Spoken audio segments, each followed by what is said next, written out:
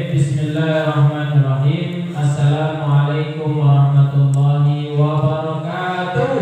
Waalaikumsalam warahmatullahi wabarakatuh. Kaifa halukum? Alhamdulillah inni bil khair. Alhamdulillah, alhamdulillahi wal ahad. Alhamdulillahi khalaqana.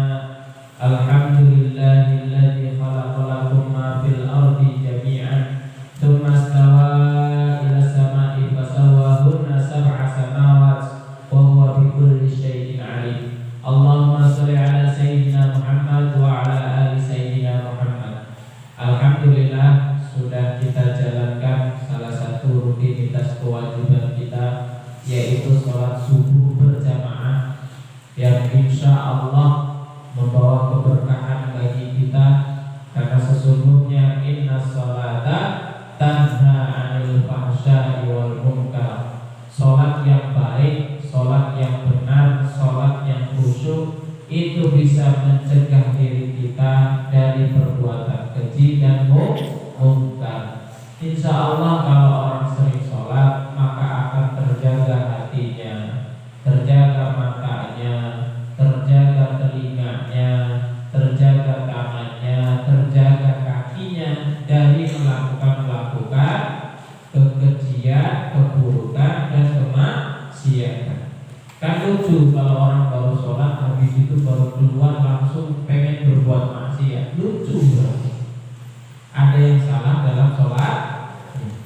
Tapi kalau kalian habis sholat kemudian kalian merasa, seumpama pengen ngambil sendal temennya, aduh saya tadi barusan sholat, masa saya keluar harus ngambil sendal. Nah, berarti itu adalah efek atau dampak dari sholat kalian yang benar. Tapi kalau seandainya melakukan kekejian atau keburukan atau kemaksiatan, itu langsung begitu saja, tanpa pikir lagi, padahal baru sholat, padahal baru padahal baru ibadah yang lainnya, ngambil sendal begitu saja, ya kan, nyemooh temannya begitu saja, kemudian menghina temannya begitu saja. Nah, itu berarti ada yang salah dalam sholatnya. Karena sholat yang benar itu ya tadi yang bisa sebutkan, mencegah dari perbuatan keji dan mungkar. Maka mulutnya harusnya dijaga setelah sholat itu, bukannya malah menghina seenaknya, ngomong seenaknya dan lain sebagainya. Baik tuh? Baik, kita akan lanjutkan pembahasan kitab Bulughul Maram karangan Syekh Ibnu Hajar Al-Asqalani. Kita kirimkan Al-Fatihah untuk beliau. Asa an nafa'allahu bi'ulumihi wa masyayikhihi fi daraini. Insyaallah. Naqra Al-Fatihah. A'udzu billahi minasyaitonir rajim. Bismillahirrahmanirrahim. Alhamdulillahirabbil alamin arrahmanir rahim maliki yaumiddin. Iyyaka na'budu wa iyyaka nasta'in. Ihdinas siratal mustaqim. Siratal ladzina an'amta 'alaihim ghairil maghdubi 'alaihim waladdallin. Amin ya rabbal alamin. Baik, kita lanjutkan hadis selanjutnya. Wa anhu idza istayqadha ahadukum min naumihi fala yaghmis yadahu. Jika salah seorang dari kalian bangun dari tidurnya, fala yaghmis, janganlah mencelupkan tangannya fil ina'i, dalam sebuah wadah air atau bak, ya, hatta yang silaha salasan, sampai membasuhnya 3 kali. Artinya ini hukum bagi yang wadah tempat wudunya melebihi dari 2 kula. Masih ingat ya ukuran 2 kula kemarin berapa? 216 liter. Atau kalau diameternya berapa sentimeter? 60 cm ke samping, 60 cm ke depan, 60 cm ke dalam. Itu ukuran 2 kula. Artinya ukuran yang mana kalau diisi air tersebut tergolong air banyak.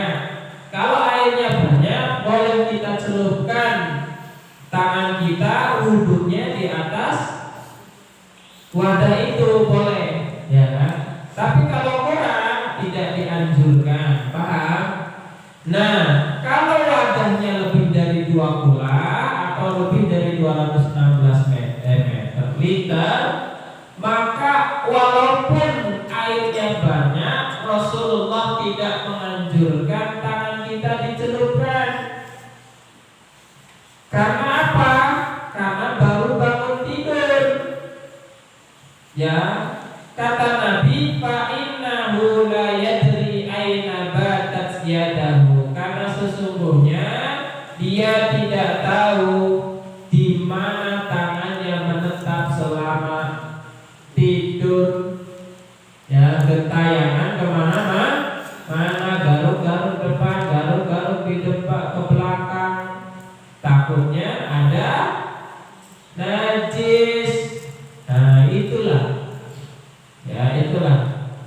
Makanya nggak boleh, Nabi tidak boleh mencelupkan tangan kita langsung ke wadah air, tapi dicuci dulu tangannya, cuci dulu 3 kali. Habis itu baru boleh mencelupkan tangan kita ke sebuah wadah tersebut. Mabuk? Paham tuh? Bisa dimengerti ya poinnya? Nanti poinnya apa? Tidak boleh mencelupkan tangan ke dalam wadah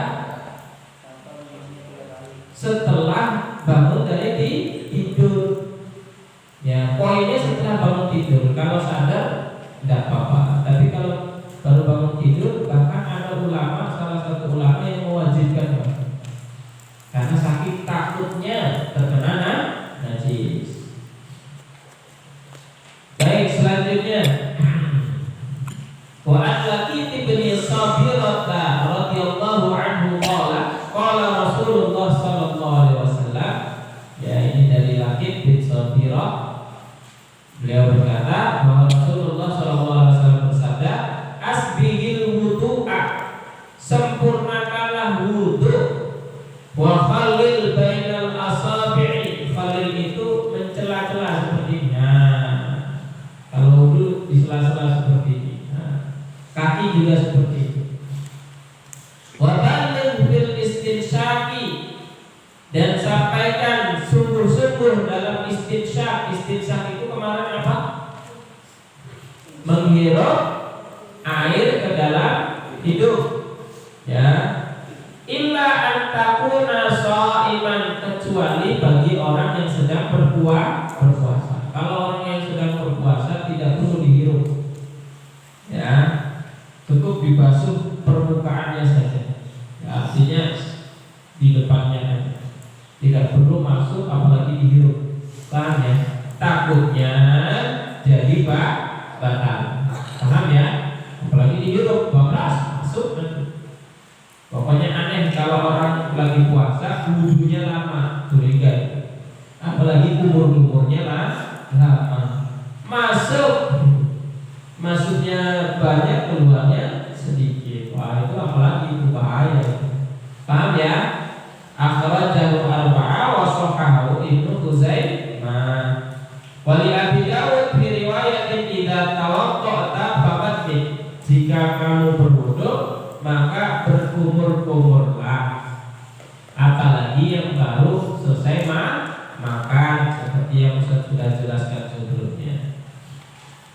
Selanjutnya wa an Utsman radhiyallahu taala anhu anna Nabiyya sallallahu alaihi wasallam, ya dari Utsman, sesungguhnya Nabi kana yukhallilu lihyatahu fil wudu'i. Nabi itu memiliki lihyah itu jenggot. Ya, karena jenggot itu sunnah, maka nggak boleh mencemooh orang yang punya jenggot. Kambing jangan, itu justru sunnah. Ya, Nabi sendiri memiliki lihyah itu jenggot.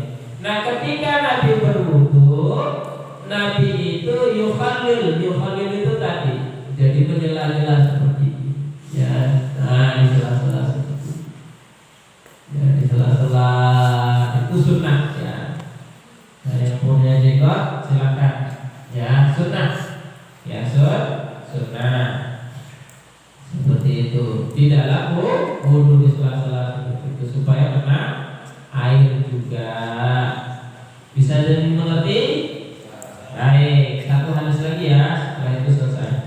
Wa Abdullah bin Zaidin qala, dari Abdullah bin Zaid qala berkata, inna Nabiyya sallallahu alaihi wasallam, sesungguhnya Nabi Muhammad sallallahu alaihi wasallam, utiya bidulutsai muddin, didatangkan kepada beliau sebanyak sepertiga mud air. Sepertiga mud air itu, tahu mud air?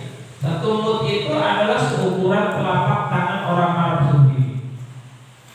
Ya, mud, satu mud. Paham ya? Ya. Mud, tahu ya mud ya? Seperti ini. Nah, Nabi didatangkan sepertiganya. Kalian bisa bayangkan betapa sedikitnya. Ya, kalau sama lah kayak kurang lebih seperti aqua gelas begitu. Faja'ala yadluku dhira'aihi, kemudian dijadikan air itu untuk menggosok dhira'aihi. Dhira' itu dhira' ini. Dhira' itu hasta ya, tangan. Jadi digosok sedikit tapi langsung digosokkan untuk berwudu. Akhrajahu Ahmad. Dari sini maka timbul hukum tentang tidak boleh menghambur-hamburkan air ketika wudu. Satu ember bilang untuk tangan, itu boros. Muka satu bak, nggak boleh. Dari hadis ini akhirnya para sahabat menyimpulkan wudu yang baik adalah wudu yang sempurna. Digosok, bayangkan tadi digosok, bukan dilap, bukan diusap, tapi digosok tangannya, tapi digosok. Yudalik itu bahkan gosoknya sampai seperti pijat. Iya dah, sampai seperti pijat, supaya meratakan air tadi. Yang sempurna seperti itu nak wudunya.